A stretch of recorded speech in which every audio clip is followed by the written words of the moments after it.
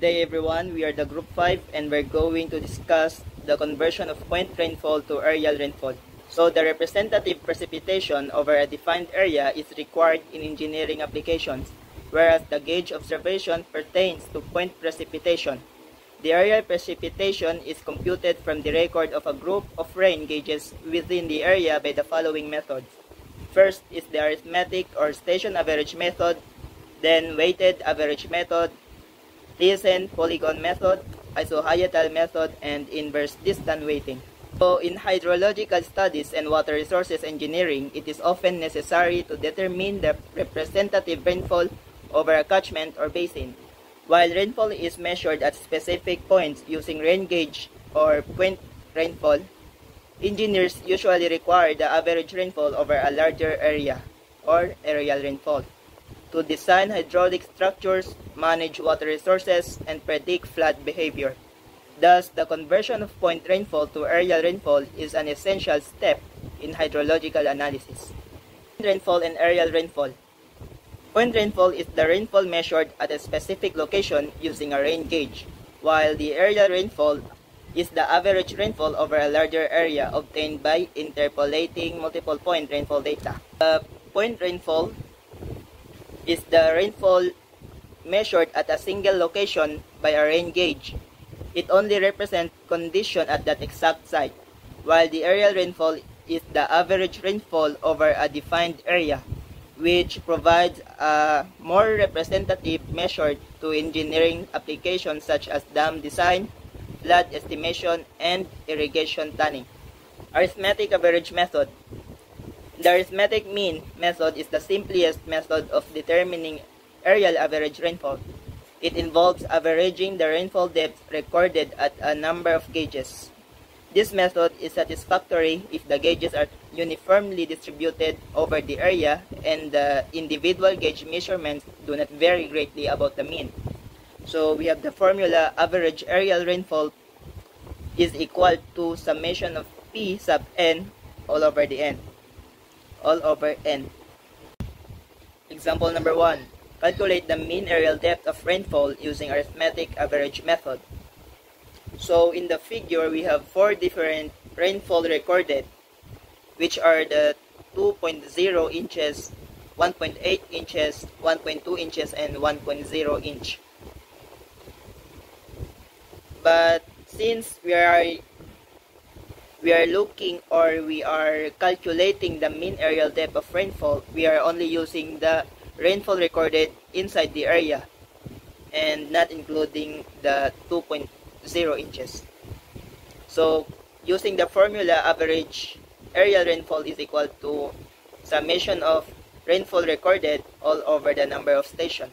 So P average is equal to 1.8 inches plus 1.2 inches plus 1.0 inch is equal to 3, since 3 lang ang station. Then its average is equal to 1.33 inches. Example number 2, given with the following data, calculate the mean areal depth of rainfall using arithmetic average method. So same sa example number 1, we are only using the rainfall recorded inside the area, not including the station L, O, and N. So using the formula, average area rainfall is equal to summation of rainfall recorded all over the station. So i-input lang nato tanan.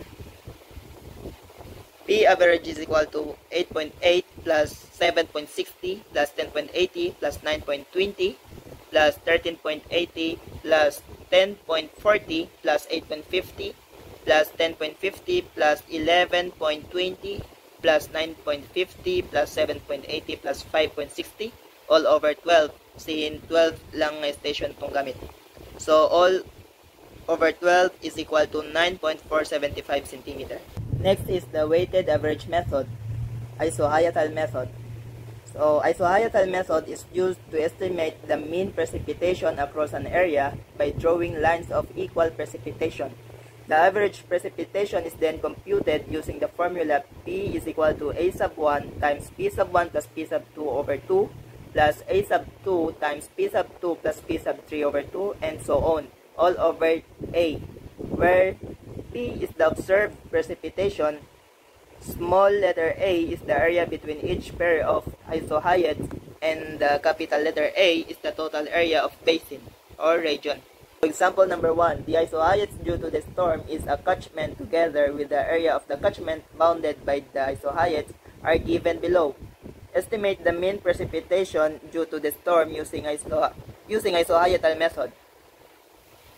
So we have the data of the depth of contour or the isohyads and its areas. First is the 16 to 15 centimeter and its area is 90 kilometers square. Then 15 to 14 centimeters and its area is 100 kilometers square. Next is 14 to 15 centimeters and its areas is 110 kilometers square. And 13 to 12 centimeter and its area is 30 kilometers square. So since given tanan, we can use the formula directly. So P is equal to A sub 1 times P sub 1 plus P sub 2 over 2 and so on. So first, area 1 is 90 kilometers square times P sub 1 plus P sub 2 over 2, which are 16 plus 15 over 2, plus area 2 is 100 kilometers square times P sub 2 plus P sub 3, which are the 15 plus 14 centimeter over 2, plus the area 3 is 110 times the 14 plus 15 over 2, plus the area 4 is 30, which is 30 times P sub 4 plus P sub 5, which are the 13 plus 12 over 2, all over the area 330. So we can get the average precipitation of 14.257 centimeter. For me, that's all for my part. Thank you. At this point, I'll be talking about the TSN polygon method, inverse distance weighing, and application of aerial rainfall. TSN polygon method. Useful technique for predicting aerial rainfall from point rainfall measurement. It computes the weight average by splitting the area into polygons based on the closest rain gauge location. For the formula, P sub A is equal to summation of P sub J times E sub J over A sub T, where P sub A is equal to aerial rainfall mm. P sub J is equal to rainfall recorded at station mm. A sub J is equal to area of the polygon per station km or kilometer squared. A sub T, total area covered by all polygons, kilometer squared. Example, estimate the mean aerial rainfall using the TSN polygon method. Solution, P sub A is equal to summation of P sub J times E sub J over E sub T.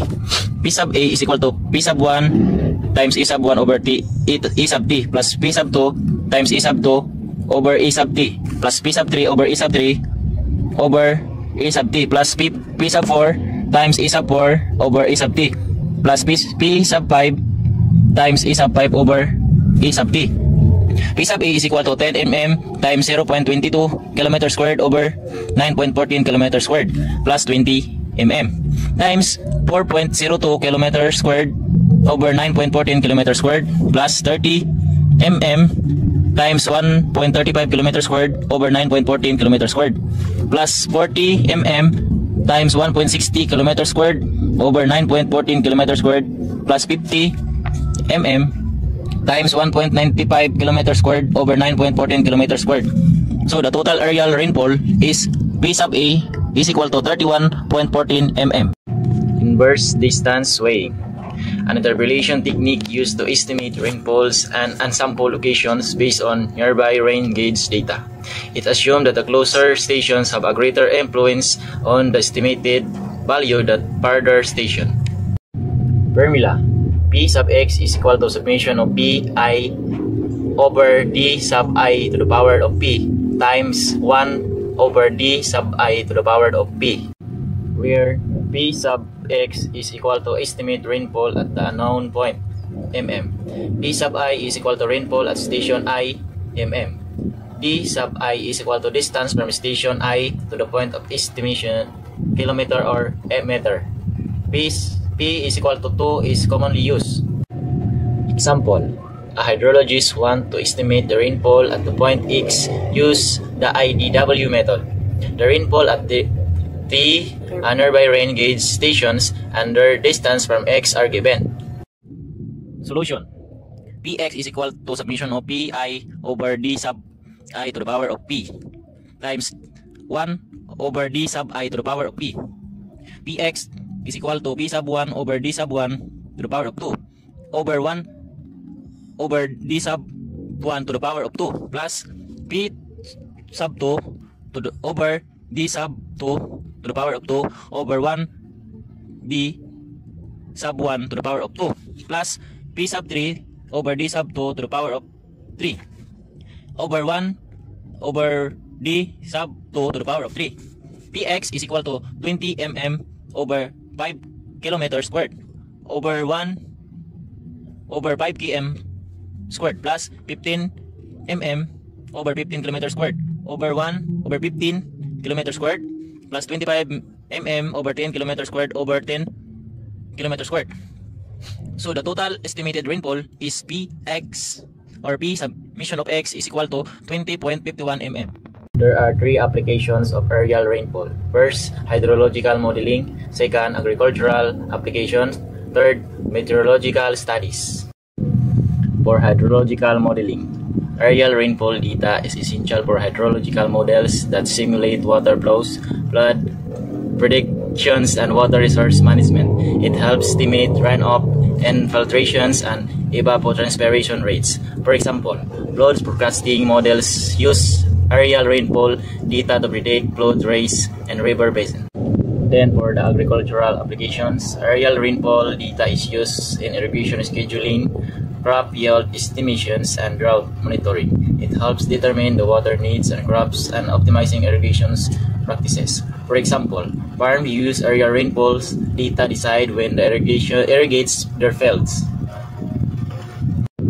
For last application, meteorological studies. Aerial rainfall data is crucial for analyzing weather patterns, climate change, and extreme weather events. It helps track precipitation trends, identify areas prone to droughts and floods, and understand the impact of climate change or rainfall patterns. For example, climate scientists use aerial rainfall data to assess the impact of climate change to regional precipitation patterns.